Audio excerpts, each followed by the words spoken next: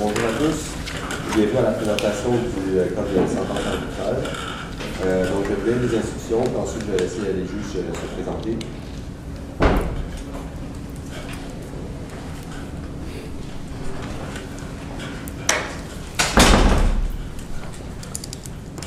Alors, à tour de rôle, vous allez disposer de 12 minutes pour présenter votre argumentaire. Ensuite, vous allez avoir une période de 5 minutes pour préparer votre contre-argumentaire qui est fondé sur la présentation de l'équipe adverse. Ensuite, vous allez disposer de 5 minutes pour présenter votre contre-argumentaire et conclure votre présentation. Donc, lors de passage, les équipes restent toujours la même pour les deux étapes du cas. Donc, présentation, contre-argumentaire et conclusion. Et c'est l'équipe qui a le fardeau de la preuve qui débutera. Au cours de la présentation, chacun des participants devra prendre la parole. Le temps minimal de la présentation pour la première partie est de 8 minutes et de 3 minutes pour la seconde. Ensuite, le non-respect du temps de présentation sera pénalisé à concurrence d'un point par tranche de 30 secondes. Je vais vous indiquer le temps restant à l'aide des cartons lorsqu'il restera 5 minutes, 2 minutes et 30 secondes. Puis les 10 dans la seconde avec les doigts. Si l'un des membres de l'équipe continue de parler avant la fin du décompte, les points vous seront enlevés. Je laisserai donc les juges se présenter. Charlotte Lemaire, coordonnatrice marketing. Bonjour, je suis Alexandre Bellil. J'ai étudié en relations industrielles à l'Université Laval et je suis conseiller syndical à l'Alliance du personnel professionnel et technique de la santé et des services sociaux. Gilles Grenier, avocat chez Kendama. Alors, pour débuter, les parties ont reconnu que le tribunal était valablement saisi. On aimerait ça pour la gestion de l'instance, vous entendre discuter de la question du fardeau de preuve. De notre côté, on considère que c'est le fardeau de preuve est du côté patronal puisque c'est une question de congédiement injustifié. Les procureurs de l'employeur acceptent le fardeau de preuve, on va le prendre sans problème. Parfait, je vous écoute. Messieurs, Madame du tribunal d'arbitrage, nous constituons à 3, Pierre-Luc, Claudia et moi-même Laurence, l'équipe des procureurs de l'employeur dans la présente affaire soumise aujourd'hui au tribunal d'arbitrage. L'équipe des procureurs de l'employeur reconnaît disposer de tous les faits pertinents nécessaires à la preuve et elle ne peut énoncer quelque hypothèse. La législation applicable dans la présente affaire est le Code du travail. La convention collective intervenue entre les parties et le grief déposé par le syndicat définissent la compétence du tribunal d'arbitrage, lequel s'inspirera enfin des principes jurisprudentiels applicables dans la présente affaire. L'équipe des procureurs de l'employeur reconnaissent le respect par le syndicat de la convention collective suite à l'acheminement du présent grief, en plus de convenir de la légalité du processus de nomination de l'arbitre par le ministre du Travail. L'équipe des procureurs de l'employeur vous annonce sans surprise qu'elle requérera du tribunal le rejet du grief. La nature de la faute contestée par le présent grief devant le tribunal d'arbitrage en est une, selon le côté de l'employeur, d'une démission alléguée. Dans la présente cause, l'employeur, selon la jurisprudence constante, a le fardeau de la preuve. En effet, selon l'arbitre Claude Roy dans la sentence Transit Nord Plus incorporée contre Baliquette, et je cite, « Il est clairement établi en jurisprudence que dans le cas de démission alléguée d'un employé, le fardeau de la preuve repose sur l'employeur. Enfin, il est de jurisprudence constante que le degré de preuve en arbitrage de grief est la prépondérance de la preuve, aussi connue sous le nom de la balance des probabilités. Les syndicats d'employeurs débuteront donc avec l'analyse et l'énoncé des faits pertinents à l'affaire, pour poursuivre avec certaines analyses de droit plus particuliers et finir avec une jurisprudence que nous pensons importante. Donc, premièrement, 9 janvier 2017, M. Tremblay prend connaissance de l'horaire de la semaine. Il est surpris de voir à l'horaire le mercredi, se pensant indisponible jusqu'au jeudi.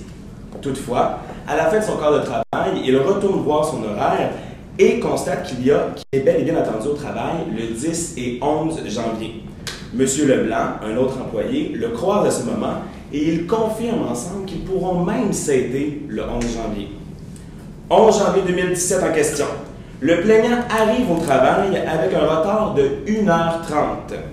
Dès son arrivée, il se fera dire par Mme Ladouceur qu'il est déjà remplacé. M.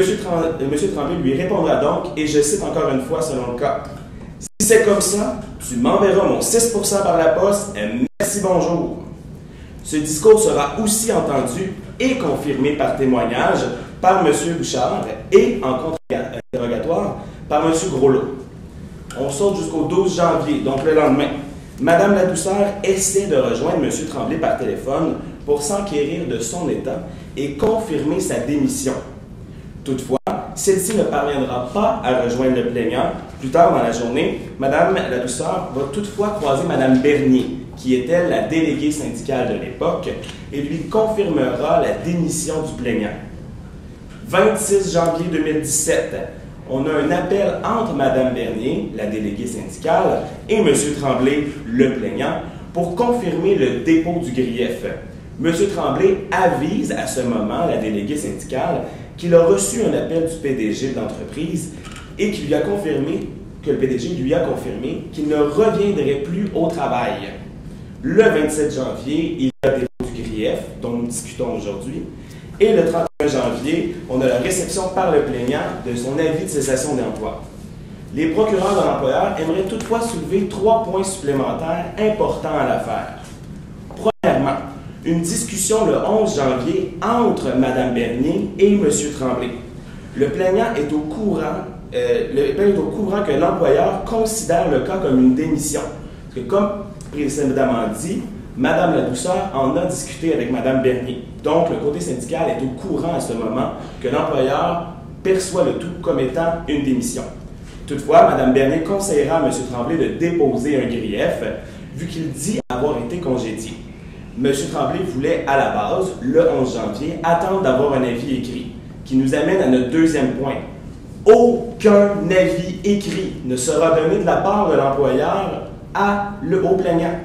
Aucune lettre de congédiement, rien n'a été donné qui pourrait prouver que l'employeur a bel et bien congédié son employé. Et troisième point, nous allons aller selon une doctrine, la doctrine mesures disciplinaires, études jurisprudentielles et doctrinales. La démission doit être basée sur 2 points selon cette doctrine. Premier point, l'intention ou la volonté interne. Deuxième point, l'acte positif, aussi appelé la volonté déclarée.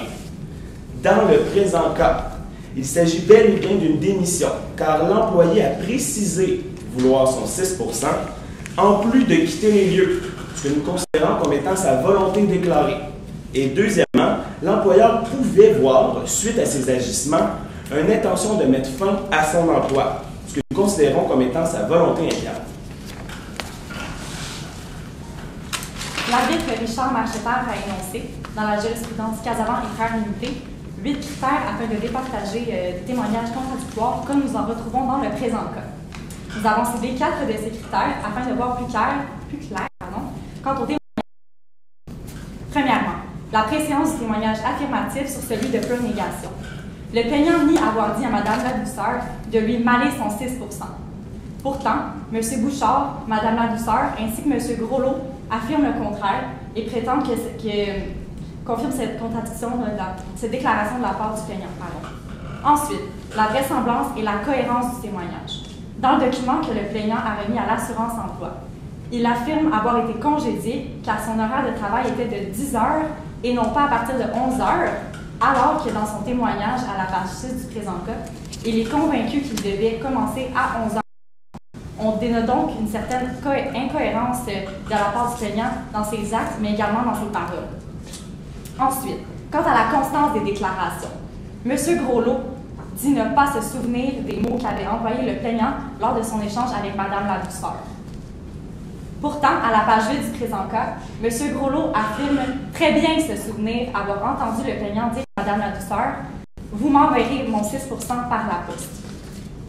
Ensuite, nous pensons que le témoin a un intérêt dans l'affaire, soit de faire changer sa démission par un cas de congédiement. Effectivement, en cas de démission, un individu ne peut pas toucher au chômage. On sait que le plaignant a fait une démarche auprès de l'assurance-emploi, comme l'est indiqué à la page 7, et qu'il a soumis un document. Donc, voilà pourquoi nous pensons qu'il pourrait avoir un intérêt par rapport à ça. Également, il pourrait toucher au salaire ainsi qu'à tout avantage perdu si le présent grief était accueilli. Quant à l'employeur, il n'a pas intérêt à voir le plaignant quitter l'entreprise. Ce dernier est une ressource précieuse car il est le seul plongeur à être disponible de jour et de semaine. De plus, Mme Ladouceur a appelé le plaignant en date du 12 janvier car elle ne voulait pas que ça reste comme ça. Elle n'a jamais eu de retour d'appel. À la lumière de l'analyse, nous constatons que le plaignant ainsi que les témoignages de la partie syndicale ne sont pas cohérents ni crédibles dû aux nombreuses incohérences et contradictions qu'on peut y dénoter. Selon la jurisprudence Syndicat québécois des employés et employés des services, section locale 298 et domaine harmonie de l'arbitre Richard Gay, nous avons le plaignant, qui est cuisinier pour une résidence de personnes âgées. Lors de ses tâches habituelles, son supérieur remarque qu'il ne porte pas ses gants obligatoires en cuisine. Après la remarque de son supérieur, le plaignant dit « Si c'est comme ça, je sacre mon camp » en se levant et en quittant les lieux. À la suite de ces événements, un avis de cessation d'emploi fut envoyé au plaignant. À la réception de la lettre, le plaignant a déposé un grief pour congédiement. L'arbitre énonce alors que le seul terme pour définir les gestes du plaignant est la démission. En énonçant verbalement son intention de quitter et en quittant les lieux, le plaignant s'est placé lui-même en situation de rupture d'emploi. Il a volontairement démissionné vu sa conduite qui ne peut être interprétée autrement qu'une démission. Le grief fut ainsi rejeté. Dans le cas qui nous intéresse, nous avons le plaignant qui énonce clairement son intention de quitter en disant « Si c'est comme ça, tu m'enverras mon 6 % par la poste, merci, bonjour ». Il a par la suite quitté les lieux. Ainsi, les gestes et paroles du plaignant répondent à la définition de démission comme énoncée par l'arbitre Richard Gay. En vertu des pouvoirs qui confèrent l'article 100.12F du Code du travail au tribunal d'arbitrage, l'employeur avait le fardeau de la preuve et il s'en est acquitté en vertu de la norme de la preuve prépondérante. Les procureurs dans l'employeur tiennent à vous rappeler qu'il s'agit d'une démission de la part du plaignant et non pas d'un cas de congédiement, car aucune lettre de congédiement ni aucun écrit a été soumis au plaignant de la part de l'employeur. Les procureurs de l'employeur demandent donc le rejet du présent grief. Madame et Messieurs du tribunal d'arbitrage, merci de votre écoute et de votre générosité à titre de jury au tribunal École Symposium GH 2017.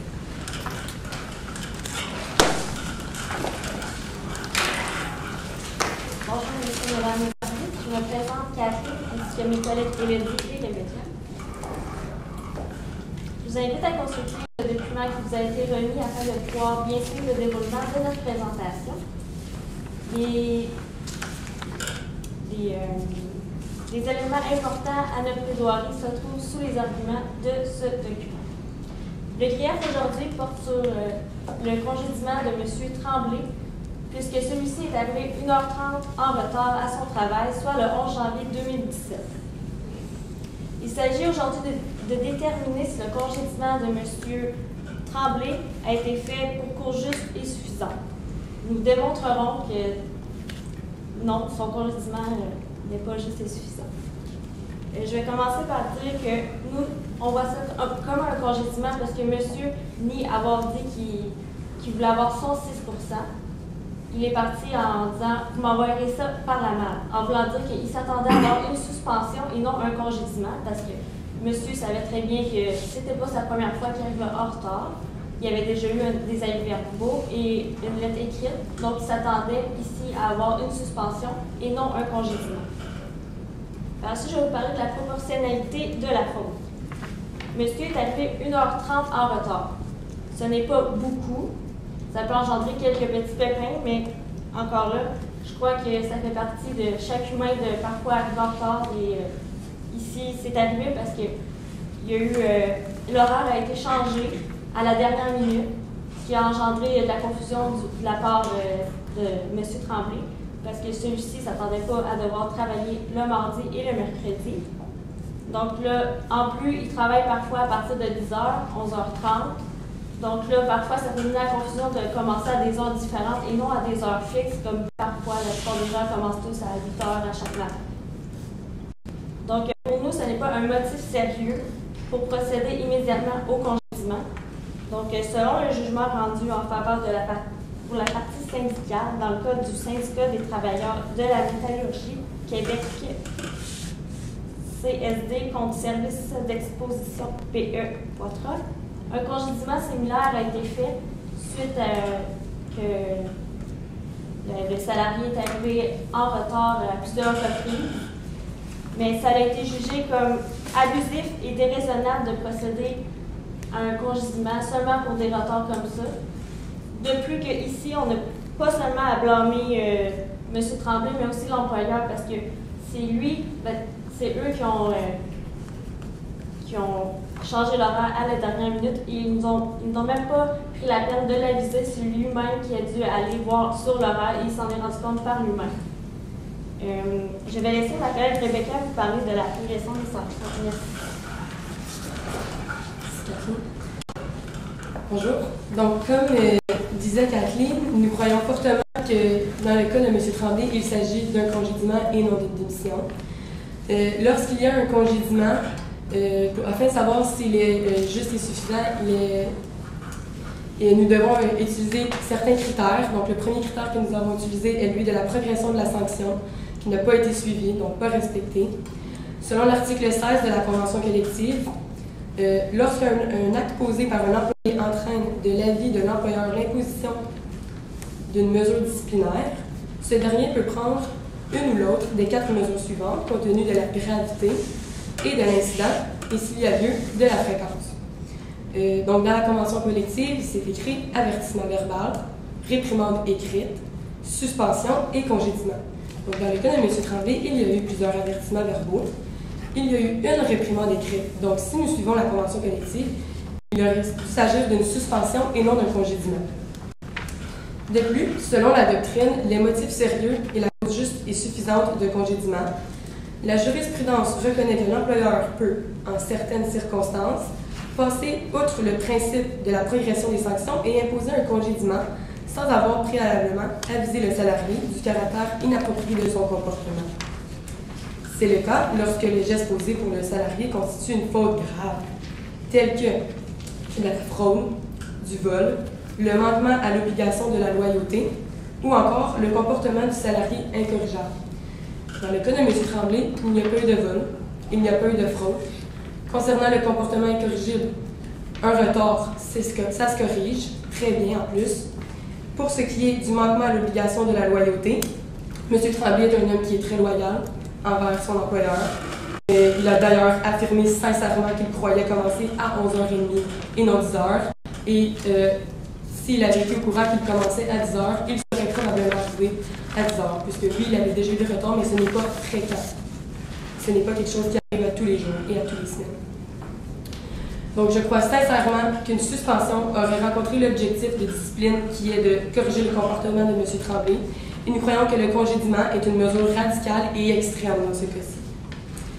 D'ailleurs, pour confirmer et pour vous prouver que c'est un congédiement qui est caractérisé d'extrême, il y a plusieurs facteurs qui ont été atténuants et qui sont importants à considérer dans le cas de M.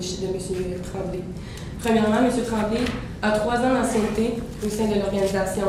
C'est une personne qui n'a aucune mauvaise intention, qui est de bonne foi.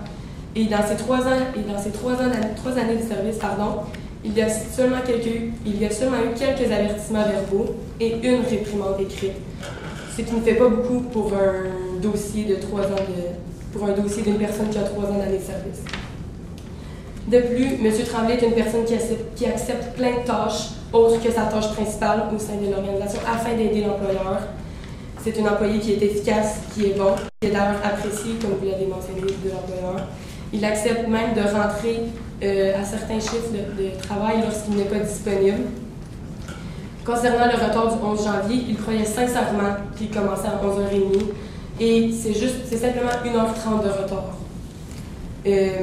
D'ailleurs, Mme Ladouceur et M. Bouchard ont précisé que la journée du 11 janvier était une journée importante, très occupée, qu'il avait fondamentalement besoin de M.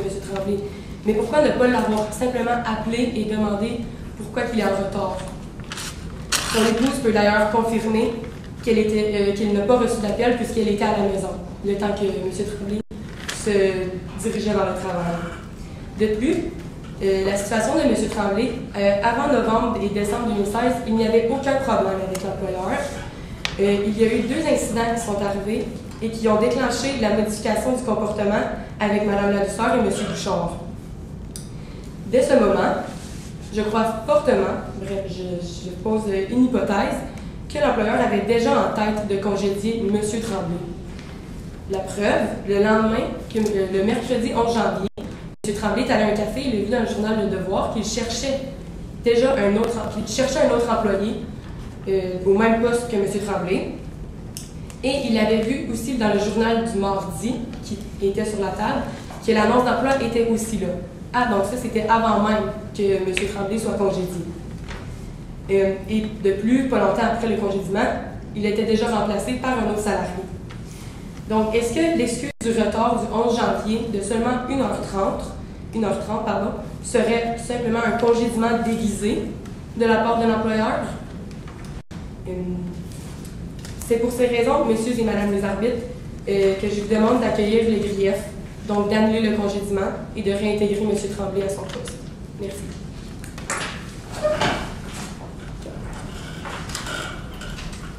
Donc, la période de 5 minutes pour préparer votre compte à l'important.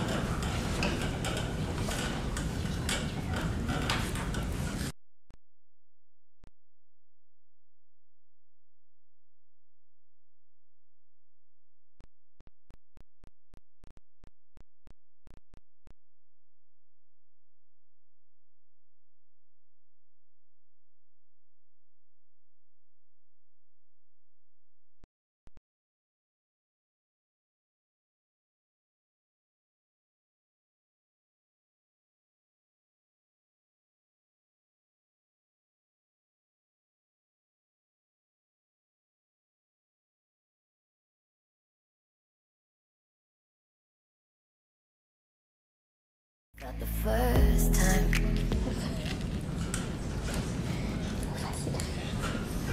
Sinon, j'ai fait les choses de l'année. On a été à faire une chose. Mais c'était pas encore.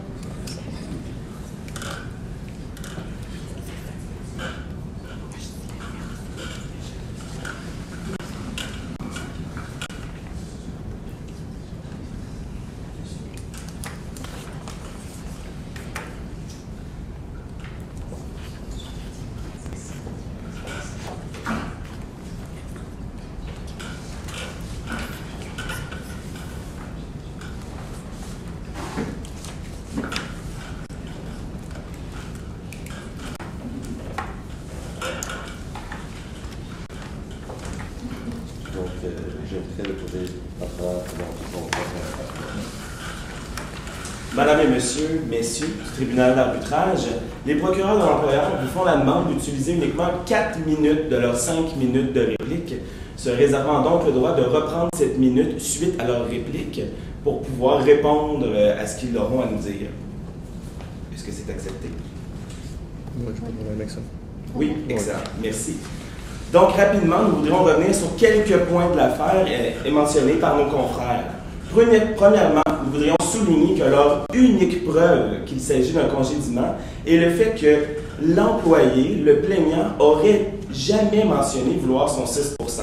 Toutefois, tel que mentionné précédemment, nous avons 3 personnes qui, en témoignage, nous disent avoir entendu le plaignant demander son 6 % à l'employeur. Selon lui, il y a quelqu'un qui dit « tu peux m'aller ça », il parlait d'une suspension. Toutefois, le devoir de l'employé est de se présenter au travail. Il avait d'autres journées de travail prévues. Il n'est pas rentré, il n'a pas appelé, il a fait le mort, qu'on pourrait dire. Il a attendu un avis écrit de la part de l'employeur. S'il pensait que ce n'était qu'une suspension, pourquoi n'est-il pas rentré? Deuxièmement, on nous dit que l'employé est sincère, qu'il pensait vraiment qu'il commençait à 11h30 et pas 10h. Toutefois, encore une fois, tel que mentionné, dans son avis à l'assurance emploi, il mentionne qu'il pensait devoir rentrer à 11h. Donc, il pensait que c'était 11h30 ou 11h. De notre part, nous croyons qu'il se dément et n'est donc pas sincère. On voulait aussi revenir sur le fait que qu'il accepte de rentrer lorsque pas disponible pour prouver sa bonne foi. Nous nous demandons où ils prennent cette information-là, comme quoi l'employé rentrerait de bonne foi sur des journées supplémentaires, car personnellement, nous en sommes pas au courant. Depuis, les procureurs de l'employeur demandent au tribunal d'arbitrage de rejeter, de ne pas tenir en considération 3 hypothèses mentionnées par nos confrères. Premièrement, le fait qu'il s'agit d'un congédiement. Le tout, c'est une hypothèse, et nous font l'hypothèse qu'il s'agit d'un congédiement. Et pourtant, nous considérons que nous vous apportons la preuve qu'il ne s'agit pas d'un. Deuxièmement, ils font de graves accusations envers l'employeur en allant jusqu'à dire qu'il s'agit d'un congédiement déguisé. Il ne s'agit pas d'un congédiement déguisé, tout ça basé sur le fait qu'il y avait une demande d'embauche pour un temps plein. Rappelons que c'est le droit de l'employeur de faire valoir ses ressources et d'embaucher les personnels adéquats qu'il désire, et ce pour les raisons qu'il prétend pertinentes. Nous ne savons donc pas ce que l'employeur voulait faire avec cette embauche. Ce n'était pas nécessairement pour remplacer le plaignant. Et nous demandons donc de retirer cette hypothèse et de ne pas en prendre compte. Merci.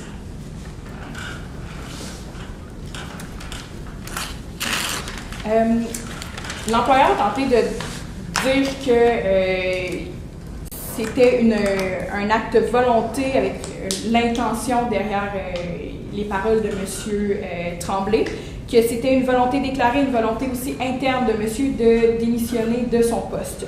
Cependant, M. Tremblay affirme avoir été congédié et n'avoir jamais demandé son 6 %. Il a toujours dit, j'ai simplement dit, envoyez-moi ça par la malle, merci, bonne journée. Il a demandé à avoir par la malle une lettre de sa suspension, c'est ce qu'il attendait. C'est d'ailleurs pourquoi il n'est pas entré au travail par la suite, parce qu'il croyait sincèrement être suspendu et non pas congédié. De plus, pour la volonté interne, il a toujours dit qu'il aimait son emploi et qu'il souhaitait le conserver. Madame Bernier a d'ailleurs aussi confirmé ça lors de leur témoignage à la suite, lors des précédentes séances pour ce grief. L'employeur a aussi dit que M. Tremblay et M. Luc Leblanc se sont concertés pour arriver pour en venir à une entente pour pouvoir s'entraider lors de la journée du mercredi 11 janvier. Ce qui confirmerait que M. Tremblay était au courant qu'il devait rentrer à 10h et non pas à 11h30. Mais cependant, lui et M. Leblanc ne se sont jamais dit l'heure à laquelle il devait être au travail. Donc, il peut y avoir une très bonne confusion de la part de M. Tremblay, à savoir à quelle heure il travaillait. De plus, vous avez sorti les 10, l'employeur a sorti les 10 arguments, les 10 critères qui affirment faire la distinction entre une démission et un congédiement. Ils ont passé par-dessus le critère numéro 6 qui dit « En cas d'ambiguïté, la jurisprudence refuse généralement de conclure à une démission », ce qui veut dire en fait que plus souvent on tend vers le congédiement plutôt que la démission volontaire de l'employé.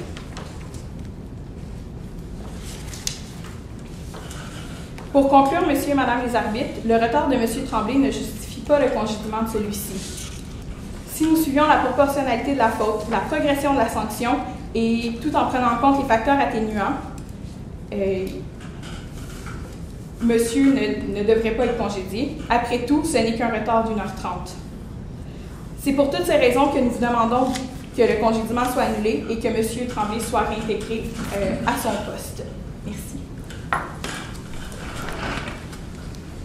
Donc, rapidement, on veut seulement indiquer que lorsque nous avons mentionné que M. Leblanc et M. Tremblay se sont parlé, on ne veut pas confirmer que l'employé a vu 10 heures, mais bien qu'il a confirmé son horaire de travail, qu'il a vu son horaire de travail. On prend pour acquis, rendu là, qu'en voyant son horaire de travail, il voit les heures. Deuxièmement, une ambiguïté. Il n'y a aucune ambiguïté en disant « mal et moi mon 6 %, c'est de connaissance générale en milieu de travail que demander son 6 % et de donner sa démission.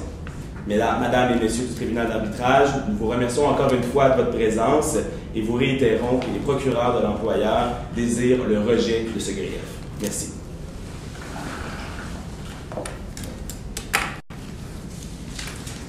Merci. Nous allons entrer en délibéré. Merci beaucoup. Merci beaucoup.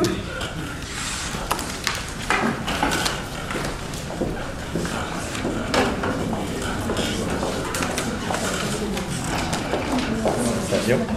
Station. Bonne journée. Station.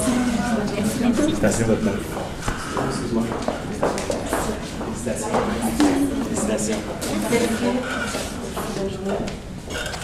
Félicitations.